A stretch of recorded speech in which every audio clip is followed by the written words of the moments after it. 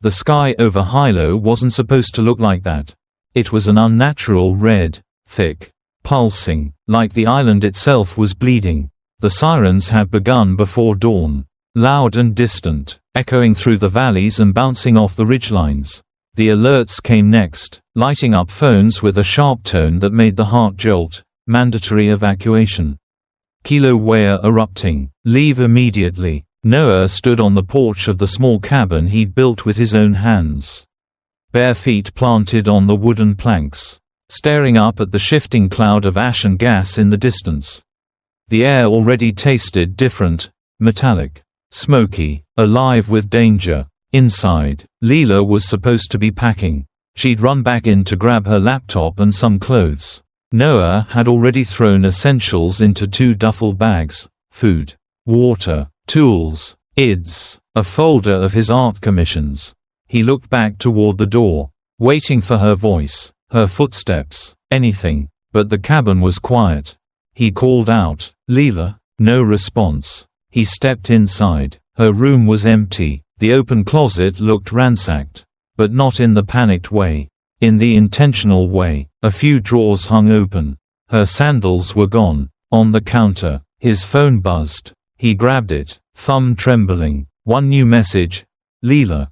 I'm sorry, I went with Kai. I'll explain later. Just go. Please be safe." His stomach turned to ice.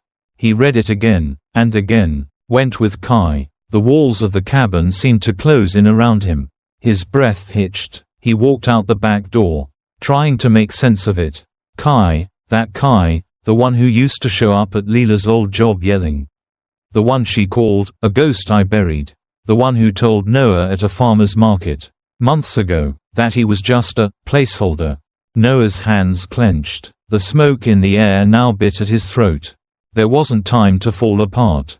He slung both duffel bags over his shoulders and headed for the truck parked beneath the banana trees. He turned the key. The engine clicked, sputtered, then died. "Come on," he whispered, trying again. Nothing. He cursed, opened the hood. Battery connection was loose, probably from the jostling roads. He tightened it, slammed the hood shut, and tried again. The engine groaned to life. He threw the bags in the back, jumped in, and hit the gas. Half a mile down the road, traffic hit, a bottleneck of vehicles from every corner of Pune district converging toward the northern highway. People were honking, shouting, smoke drifted above the treeline. Noah sat there, hands gripping the wheel. His mind wasn't on the lava. It was on Leela. Her scent still lingered on the passenger seat. A piece of her bracelet was caught in the cup holder. He reached for his phone. Another message. "I didn't plan this. Kai just showed up. I panicked. I'm sorry." He didn't respond. The road wasn't moving. He checked the radio. Updates were chaotic. Fissures opening unexpectedly. Lava creeping faster than models predicted. Entire neighborhoods were gone. He turned off the truck. He couldn't breathe. He climbed out, took the back road home. On foot. The smoke had gotten thicker. The wind carried it into his lungs, into his eyes. His skin stung. By the time he made it back to the cabin, he could barely see. The sky was now deep orange. The ash was falling like black snow. He rushed into the house and sealed the windows with towels, duct tape. He turned on the emergency fan, then curled into a ball on the floor, clutching a wet cloth to his face. This wasn't supposed to happen. She was supposed to be there. She was supposed to choose him. Noah lay there in the dark, surrounded by wood and silence, as the world outside hissed and groaned. Somewhere in the distance, the volcano growled again. He checked his phone one last time. No new messages. He turned it off, and waited. The air was getting heavier. The walls creaked under the pressure. Noah didn't cry. He didn't scream. He just listened to his own heart slow down, one beat at a time, beneath a sky that had turned against him. Alone, abandoned, while somewhere, Leela was driving away with the man who once broke her, and left Noah to be broken by fire. The first few hours were spent trying to stay alert. Noah moved from room to room, sealing cracks with towels, stuffing shirts under door frames. The ash outside was relentless now. thick like fog, clinging to every surface. He used a scarf soaked in water to breathe, but it barely helped. The power went out by nightfall. The emergency fan fell silent, leaving only the soft whistle of wind and the distant rumble of Kilauea. The walls of the cabin moaned, each creak making him flinch. He lit 2 candles, placed them on opposite ends of the room like they were guardians. He checked his phone, still no service. He checked the food supply, enough for 2, which now had to stretch for him alone.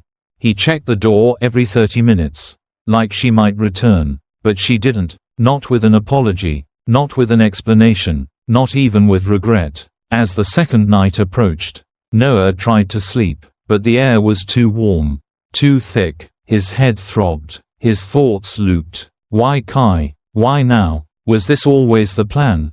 Was I just the backup? The questions scratched at him like nails. He tried to meditate, to breathe slowly like he used to when carving, but the silence pressed harder than the heat. He began to hallucinate. It started small, the smell of her shampoo, the sound of her laughter in the hallway, then louder, a flash of red across the room, her voice calling his name. Noah. He stood up, stumbled toward it. Nothing there. The candle flickered violently. He backed away. The cabin felt too small. He needed air, real air. He packed a small bag, water, mask, flashlight, and opened the door. The ash hit him like a wave. Visibility was near zero. He pulled the scarf tight and walked, hands in front of him like a blind man.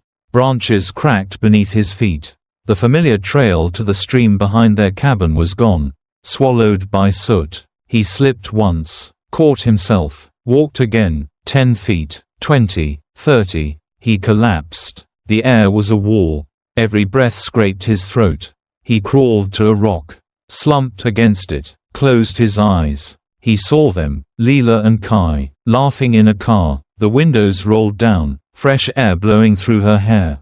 She looked happy, free. Noah opened his eyes. Darkness. He couldn't feel his fingers. He tried to stand but collapsed again. The flashlight rolled away. The trees around him groaned. Somewhere far off, a low hiss, the sound of lava approaching. He crawled back toward what he hoped was the cabin. Time warped. He thought he heard a siren. He thought he saw light. He thought he died, but he woke up on the cabin floor. Cold, damp, a towel over his chest. His body shook. His lips were cracked. He couldn't remember how he got back inside. A scraping sound. He turned his head. The door opened. 2 rescue workers in gas masks entered. "We've got him," one said. "He's alive." The world blurred. Noah was lifted, carried. He didn't resist. The light burned his eyes. He passed out again. When he woke, he was in a shelter. Oxygen tube, IV drip, white sheets. He was alive, but something inside him wasn't. Leela's voice echoed in his head. "I'll explain later." He wished she never would, because some truths were worse than lies.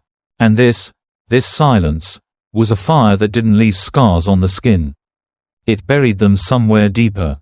Noah was discharged from the emergency shelter 3 days after being found. He could walk, but barely. The doctors warned him about long-term respiratory effects and the signs of acute stress disorder. They said he might have nightmares, that he might feel detached. They didn't say what to do when the person who abandoned you becomes a trending story. A week after his release, still moving slowly, Noah turned on the old laptop in the corner of the shelter. He typed in Leela's name. Just once. There she was, her and Kai, smiling on a thumbnail for a video titled, "We Escaped the Lava, Together." He clicked. The video opened with ukulele music, drone footage of the island, smoke rising in the distance. Then their faces, Leela, radiant, laughing as she sat on a rock overlooking the coastline. Kai, arm around her. "It was terrifying," she said, "but in that moment, we realized what we meant to each other." Noah closed the laptop. His hands were shaking. He vomited in the shelter bathroom, then sat on the cold tile floor until someone knocked to check on him. 2 more weeks passed. He moved into a temporary housing unit outside Hilo. He didn't sleep well, he carved at night, faces twisted in pain, arms reaching upward, his hands bled from splinters. He didn't talk to anyone. Then one afternoon, he walked into town, just to breathe, just to see something normal.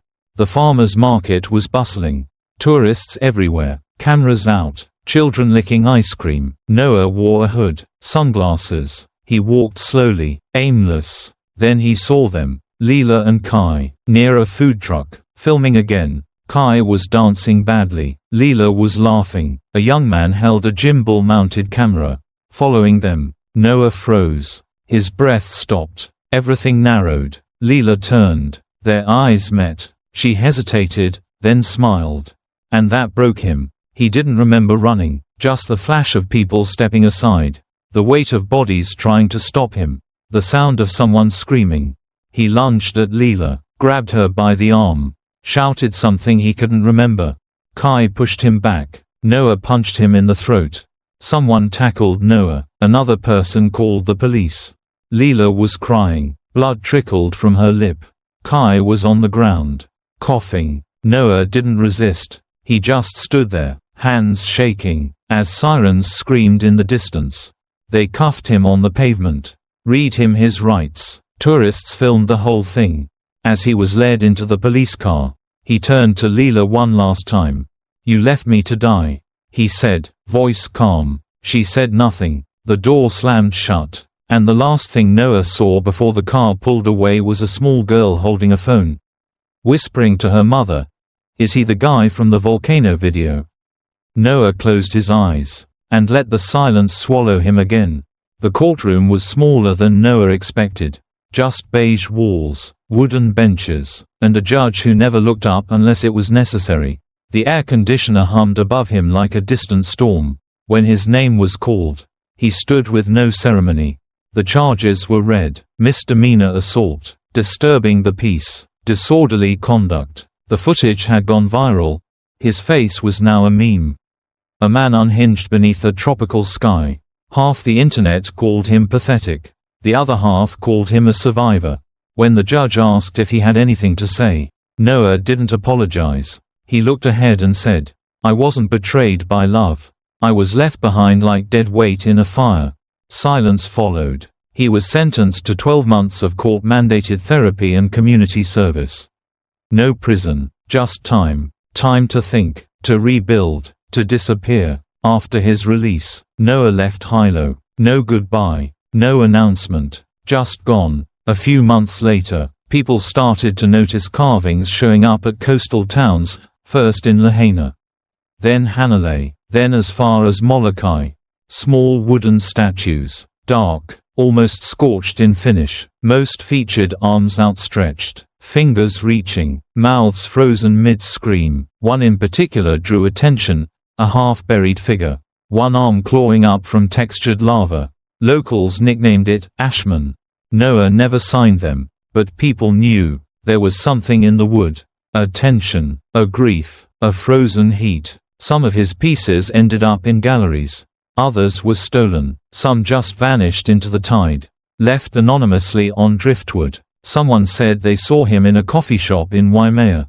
Others swore they saw him hitchhiking toward Volcano's National Park. No one had proof, but the scars remained. Leela and Kai moved to Oahu.